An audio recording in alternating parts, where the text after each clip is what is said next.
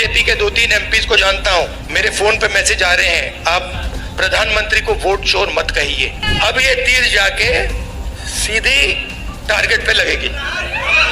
यहां पे तो भैया 6-6 साल के बच्चे बोल रहे हैं वोट चोर वोट चोर वोट चोर, नारा बन गया है। बीजेपी के मैं भी बीजेपी के 2-3 एमपीज को जानता हूं। के अंदर जो राहुल गांधी है वो कहते हुए नजर आ रहे हैं कि वोट चोर वोट चोर। अरे अगर एक बात बताओ, अगर चोर को चोर नहीं कहेंगे तो क्या पुलिस कहेंगे? ये बात भी कितनी प्रतिशत तक सच है?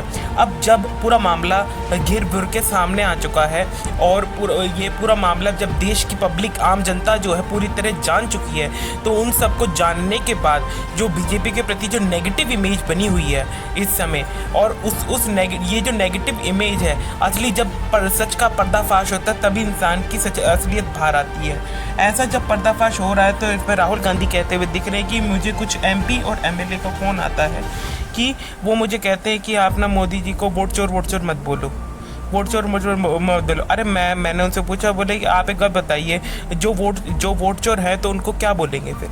सीधी बात आप खुद ही बताओ। सबके मुंह बने पड़े हैं। इस कारण से जो राहुल गांधी है, वो जो नेता प्रतिपक्ष हैं, वो जो है बीजेपी लगातार वार करते जा रहे। इस वार के कारण जो है बीजेपी के कुछ सांसद और कुछ मेंबर भी डरे हुए हैं। वो कह रहे हैं कि ये काफ़ी हद तक एक गलत स्थिति जो है पैदा हो रही है और हम पे जो इल्ज़ाम लगाए जा रहे हैं गलत है। लेकिन एक बात देखिए, जो रिटर्न में जो भी चीज़ें सामने आई, जो भी सच सामने आया है, ये इलेक्शन कमीशन ऑफ इंडिया के द्वारा जो भी फ्रॉड किया गया है, वो जब सामने आया तो उसके बारे में जो सच बाहर निकल के आया है, उसके बारे में तो कोई बोल ही नहीं रहा।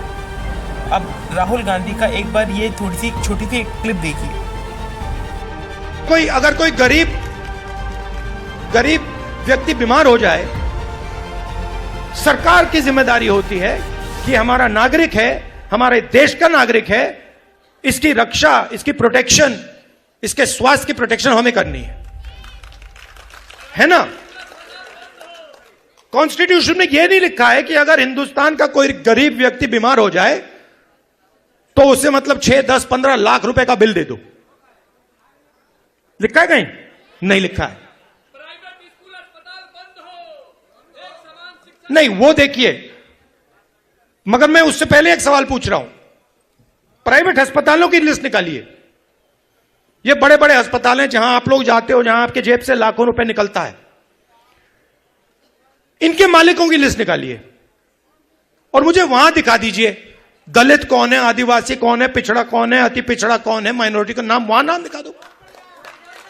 अच्छा ठीक है, आप कहोगे नहीं भैया हमें स्वास्थ्य के कुछ लेना देना नहीं, तो फिर मैं कहूंगा ठीक है भैया, शिक्षा के देख लेते हैं, इंजीनियरिंग कॉलेजेस देख लेते हैं, यूनिवर्सिटीज देख लेते हैं, प्राइवेट यूनिवर्सिटीज कॉलेजेस जहां आपको लाखों रुपए देने पड़ते हैं अपनी जेब से अपने बच्चों को पढ़ाने के लिए, खेत बेच के।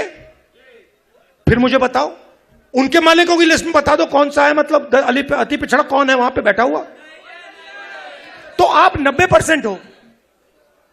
अब ठीक है, अगर आप सब मिलाकर 2% होते तो मैं कहता ठीक है भैया, आप 2% हो,